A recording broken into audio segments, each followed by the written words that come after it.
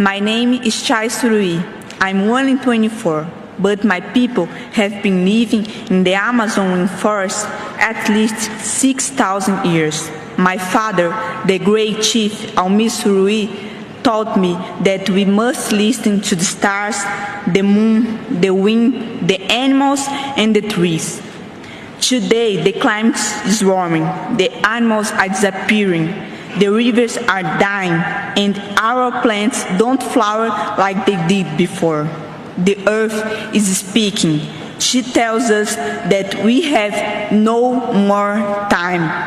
A friend asked me, will we continue to think that today's injuries can be resolved with ointments and painkillers, even though we know that tomorrow our wounds will only run deeper?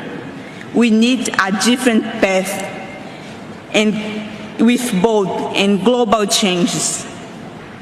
It's not 2030 or 2050, it's now.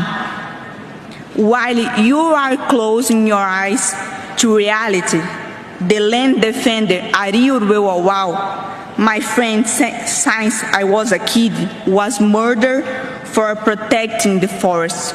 Indigenous peoples are in the front line of the climate emergence, and we must be at the center of the decisions happening here.